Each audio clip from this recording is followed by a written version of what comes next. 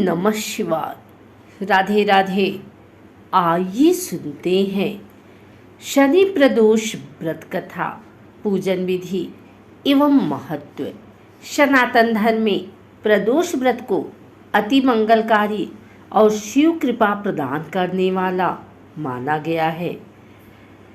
शनिवार को रखा जाने वाला प्रदोष व्रत शनि प्रदोष व्रत कहलाता है। इस बार यह व्रत शनिवार को पड़ने के कारण ही शनि प्रदोष कहलाएगा। इस दिन भगवान शिव के साथ शनि देव की पूजा की जाती है। शास्त्रों के अनुसार शनि प्रदोष व्रत के दिन शनि देव को काला तिल, काला वस्त्र, तेल, उड़द की दाल अर्पित करना शुभ माना जाता है। प्रदोष व्रत की पूजा प्रदोष काल यानी संध्या के समय सूर्यास्त से लगभग 45 मिनट पहले आरंभ कर दी जाती है। इस दिन विधि विधान से व्रत और पूजन करने से भगवान शिव का आशीर्वाद प्राप्त होता है।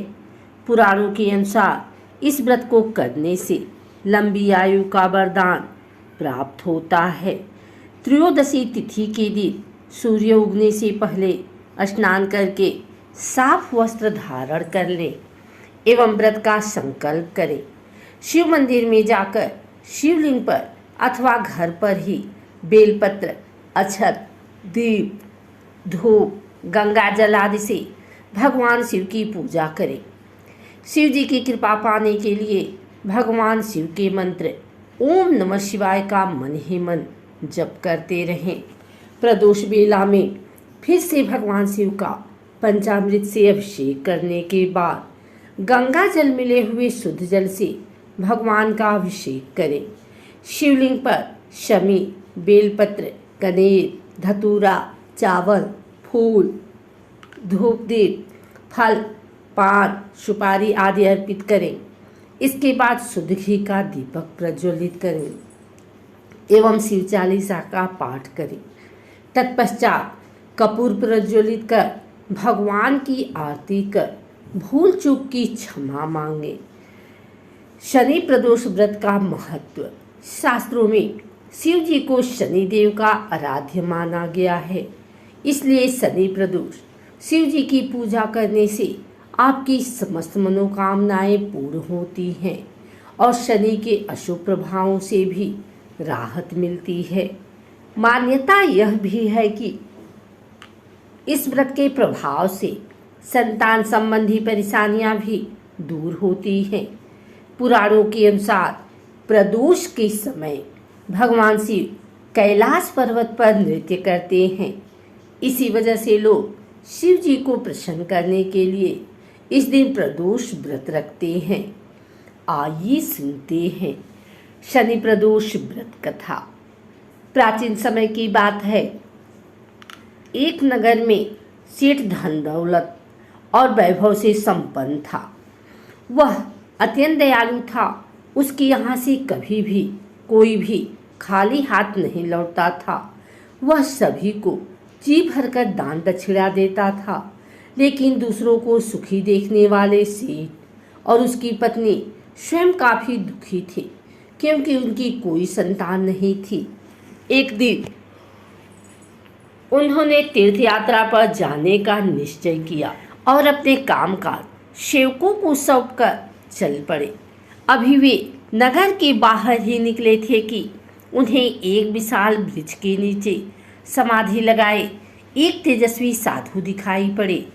दोनों ने सोचा कि साधु महाराज से आशीर्वाद लेकर आगे की यात्रा शुरू की जाए।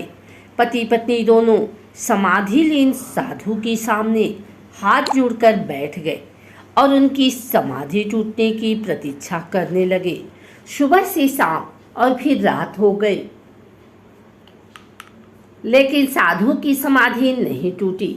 मगर सेठ पति पत्नी धैर्यपूर्वक हाथ जोड़े पूर्वतः बैठे रहे। अंततः अगले दिन प्रातःकाल साधु समाधि से उठे। सेठ पति पत्नी को देख वह मंद मंद मुस्कुराए और आशीर्वाद स्वरूप हाथ उठाकर बोले, मैं तुम्हारे अंतर्मन की कथा भाप गया हूँ वत्स। मैं तुम्हारे धैर्य से और भक्ति भाव से अत्यंत प्रसन्न हूँ। साधु ने संतान प्राप्ति के लिए उन्हें शनि प्रदोष व्रत की विधि समझाई और शंकर भगवान की निम्न वंदना बताई। हे रुद्रदेव शिव नमस्कार, शिव शंकर जगत गुरु नमस्कार, हे नीलकंठ सूर्य नमस्कार, शशि मौली चंद्र सुख नमस्कार, हे उमाकांत सुधी नमस्कार, उग्रत्व रूप मन नमस्कार, ईशान ईश प्रभु नमस्कार, विशेश्वर प्रभु शिव नमस्कार। तीर्थ यात्रा के बाद दोनों वापस घर लौटे और नियम पूर्वक शनि प्रदोष व्रत करने लगे। व्रत के प्रभाव और शिव जी की कृपा से सेठ की पत्नी ने एक सुंदर पुत्र को जन्म दिया।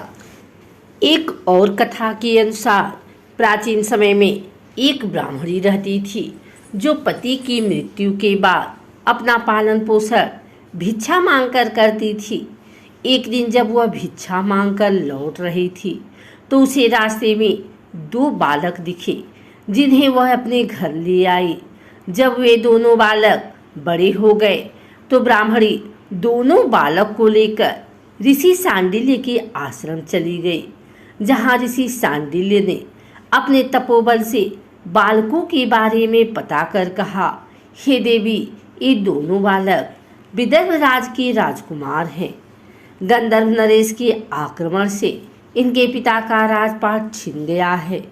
ब्राह्मणी और राजकुमारों ने विधि विधान से प्रदोष व्रत किया।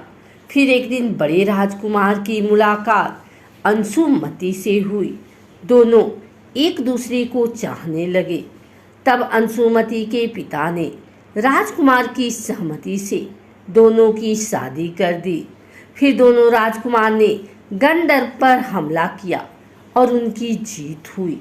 बता दें कि इस युद्ध में अंशुमति के पिता ने राजकुमारों की मदद की थी।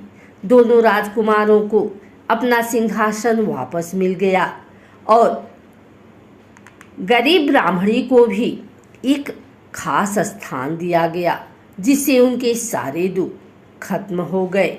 राजपाट वापस मिलने के कारण प्रदोष व्रत किया गया, जिससे उन्हें संपत्ति मिली और जीवन में खुशहाली आई।